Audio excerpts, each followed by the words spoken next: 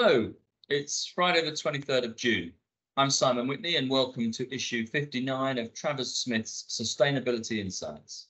And this week we're looking at the new UN PRI guidance on human rights due diligence for private markets.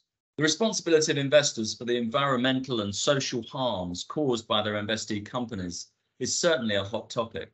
Increased reporting obligations, which are driven by regulators and end investors, often reveal issues that demand a response. At the same time, there's a debate raging at EU level about how to include the financial sector in the Corporate Sustainability Due Diligence Directive, the so-called CS3D, a law that will require many companies, EU and non-EU, to identify and mitigate harms in their own operations and in their value chains. But the evolving European laws and indeed the international standards that underpin them are not always clear about what's required from investors, especially not from investors with controlling stakes or significant influence like private equity firms. Those investors are clearly in a different position to those in public markets. Public market investors usually have relatively little leverage over their investees, at least if they're acting alone. On the other hand, although they may have more influence, private markets funds often invest in smaller and earlier stage companies, many of which have not properly engaged yet with the sustainability agenda. That makes due diligence significantly more difficult and more expensive. For that reason alone, publication by the PRI, the Principles for Responsible Investment, earlier this month of guidance on human rights due diligence for private markets investors will be welcome. Many private equity firms are signatories to the UN-sponsored PRI, but even those who are not are likely to find the guidance helpful. It neatly summarises the requirements of the UN Guiding Principles on Business and Human Rights and talks about their specific application to investors with significant influence or control. If a firm aspires to conform to the guiding principles, its starting point should be due diligence. In this context, due diligence means robust processes to identify and assess on an ongoing basis any actual or potential adverse human rights impacts in which their portfolio companies are implicated. The firm should then put in place processes that seek to prevent or mitigate any identified adverse impacts. They should track and communicate those efforts using appropriate metrics. The PRI guidance provides useful assistance to a firm that is either creating such internal processes or reviewing processes already in place. The guidance also emphasises the need for a public commitment to respect human rights, and it makes some best practice recommendations for the way in which that commitment should be articulated. Helpfully, the guide does make a very clear distinction between the obligations of an investor in a company, including a private equity investor with a control position, and the obligations of the company itself. The UN framework has three categories of involvement in human rights abuses. A company can cause an impact, it can contribute to an impact, or it can be directly linked to an adverse impact. The level of involvement determines the extent to which the actor is responsible for providing a remedy for the harms caused.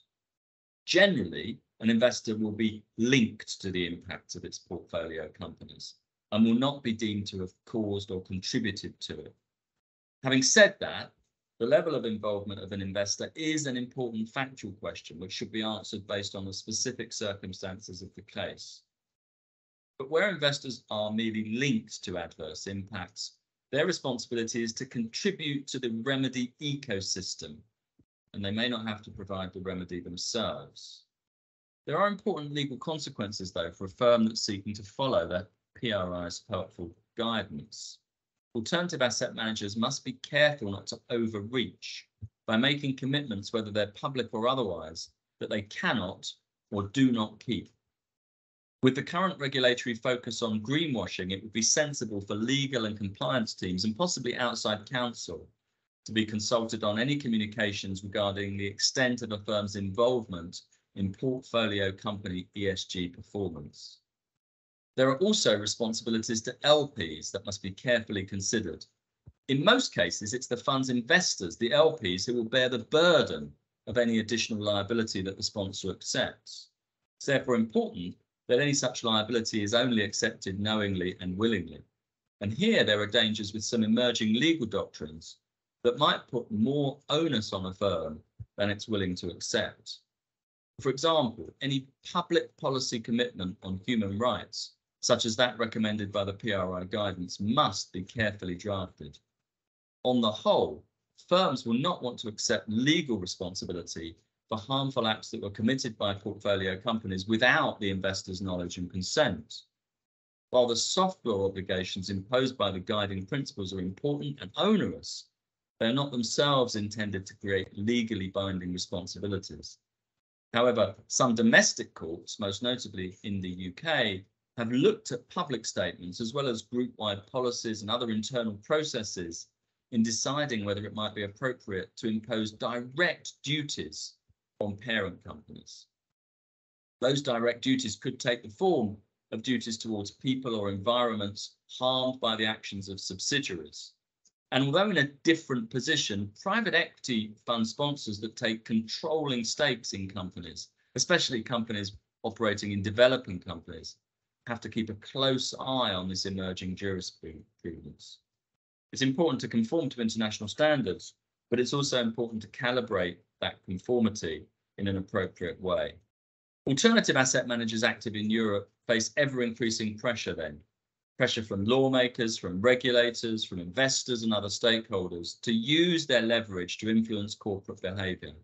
Many are doing just that, now commonly managing funds that put sustainability at the heart of their strategy. But firms must also beware of overreaching. Warm words and public declarations are important, of course, but they must be carefully calibrated. They must be realistic. They must be operationalised. False or misleading claims are dangerous, and there are clear legal and reputational risks for accepting responsibility for things that are, in fact, outside the investor's control. Thank you for listening. If you would like more information on this topic, please check out our website, where you can also sign up to receive future editions of these insights. Or you can drop me an email, simon.whitney@traverssmith.com.